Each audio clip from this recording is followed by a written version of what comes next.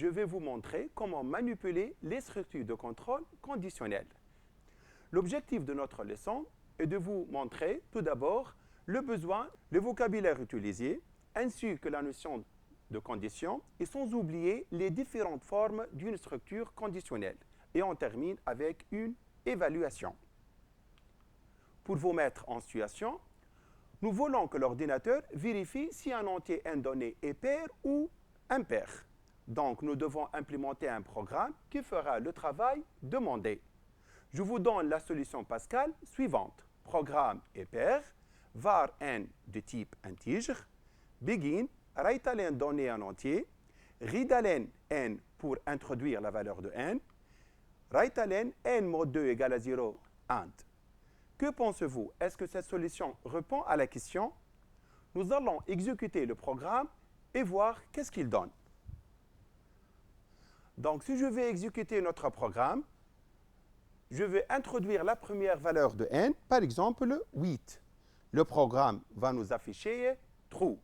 Si je vais introduire une autre valeur de n, par exemple 7, le programme va nous afficher false. Donc, notre programme nous permet d'afficher true en cas où n est pair et false en cas où n est impair. Nous voulons changer ce programme de sorte que si la valeur de test est vraie, il va nous afficher un message écrire n est pair, et sinon, il va nous afficher un autre message n est impair. Donc, on doit associer l'instruction d'affichage à la condition par le mot-clé si. Si condition n mod 2 égale à 0, alors écrire n est pair, sinon écrire n est impair. Fin si. Nous allons modifier notre programme selon la solution suivante et notre programme devient if n mod 2 égale à 0, then write-len n est pair, else write-len n est impair. On déduit ce que précède la structure de contrôle conditionnel. Si, condition, alors instruction 1, sinon, instruction 2, fin si. Les éléments les plus importants dans cette structure de contrôle conditionnel, c'est la condition. C'est une expression booléenne composée par des opérateurs de comparaison et des opérateurs logiques qu'on peut l'appliquer sur des entiers. Pour mieux comprendre la notion de la structure de contrôle conditionnel, trouvez la condition à vérifier pour répondre à chacune des questions suivantes. Nous voulons afficher si un caractère donné C est majuscule. La condition doit être si ordre C est supérieur ou égal à 65 et ordre C inférieur ou égal à 91. Par la suite, nous voulons afficher le plus grand de deux nombres donnés n1 et n2. La condition doit être quoi? Doit être n1 supérieur à n2. Par la suite, nous voulons afficher si la température T donnée est inférieure à 0 ou supérieure à 45. La condition ici doit être T inférieur à 0 ou T supérieur à 45. Pour définir la structure de contrôle conditionnel forme complète, une structure de contrôle conditionnel forme complète ou alternative permet d'exécuter un traitement si la condition évaluée à vrai, un traitement si la condition est évaluée à faux, avec la syntaxe suivante. Côté algorithmique, si condition, alors instruction 1 jusqu'à instruction n, sinon on va traiter la deuxième instruction fin si. Côté Pascal, if condition then, begin, instruction 1, and, else, begin, instruction 2 et and, point, virgule. Il faut faire très attention. Parfois, on n'aura pas besoin de traiter le cas où la condition est fausse. Alors là, on parle d'une structure de contrôle conditionnel forme réduite, avec la syntaxe suivante. Côté algorithmique, si condition, alors instruction, fin si. Côté Pascal, if condition, then, begin, instruction 1, and, point, virgule. Pour mieux comprendre la structure de contrôle conditionnel, on va faire une application jeu de hasard. Le principe de jeu consiste que l'ordinateur génère aléatoirement un entier entre 0 et 10. le joueur va proposer un entier entre 0 et 10. Nous voulons, le programme va nous afficher le message « Bravo, vous avez gagné » sera affiché si les deux entiers sont identiques. Sinon, le programme va nous afficher « Désolé, les deux entiers ne sont pas identiques » sera affiché. Donc, le jeu de hasard, si on veut le traiter, donc si la valeur proposée par le joueur égale la valeur générée par l'ordinateur, alors un message va être affiché « Bravo, vous avez gagné ». Sinon, un autre message doit être affiché « Désolé, les deux entiers ne sont pas identiques ». Donc, si vous remarquez bien ici, nous allons traiter notre programme selon une condition n égale à 1 ou non. Donc, si n égale à 1, alors premier traitement, sinon deuxième traitement. Donc, si condition n égale à 1, alors on va traiter le traitement numéro 1, sinon on va traiter le traitement numéro 2. Si n égale à A, alors le programme va nous afficher « Bravo, vous avez gagné ». Sinon, le programme va nous afficher « Désolé, les deux entiers ne sont pas identiques ». Fin si. Et fin jeu. Le TDO, les objets qu'on a utilisés, la valeur A et N, de type entier. La traduction en Pascal, programme jeu, usage d'une CRT, var A, N de type integer, begin. A, 2 points égale random 11, write-len donner un entier entre 0 et 10, read-len n, if n égale à A, then, write-len bravo, vous avez gagné, else, write-len désolé, les deux entiers ne sont pas identiques. And programme. Maintenant, on va passer à l'activité suivante. On veut élaborer un algorithme intitulé calcul qui permet de lire deux entiers m et n et un opérateur op et de calculer et afficher par la suite le résultat de l'opération comme suit. M op n égale résultat. Exemple, 4 plus roi égale à 7. La solution suivante.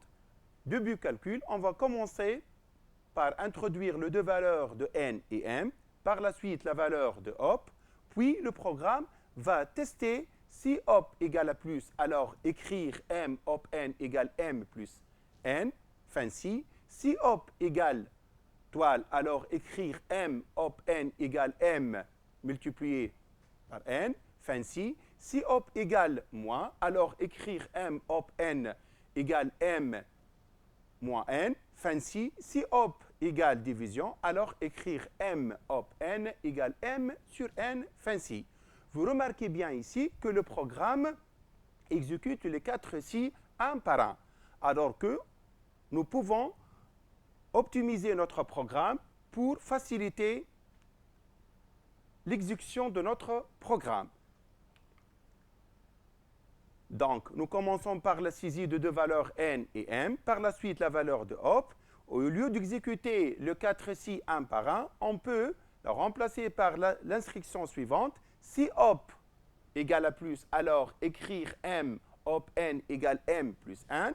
Sinon, si op égale à toile, alors écrire m op n égale m fois n.